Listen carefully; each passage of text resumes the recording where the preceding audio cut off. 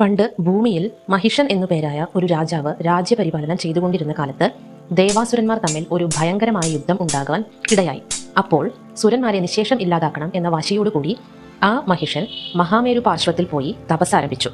അങ്ങനെ 10,000 കൊല്ലം കഴിഞ്ഞപ്പോൾ ബ്രഹ്മദേവൻ പ്രസാദിച്ചു ഹംസാരൂഢനായി വന്ന് ആ ദാനവരാജന് പ്രത്യക്ഷ ദർശനം കൊടുത്ത് ഇഷ്ടമുള്ള വരം വരിച്ചുകൊള്ളുവാൻ അനുവദിച്ചു.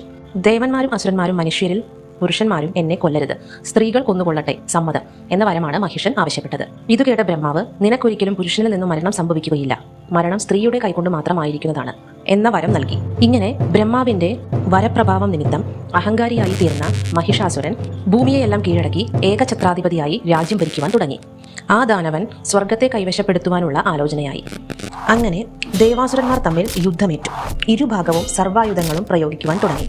യുദ്ധം അതിഭയങ്കരമായും തീർന്നു. അതിബലവാന്മാരായ ദൈത്യന്മാരോട് എതിർത്തു നിൽക്കുവാൻ സുരന്മാരെ കൊണ്ട്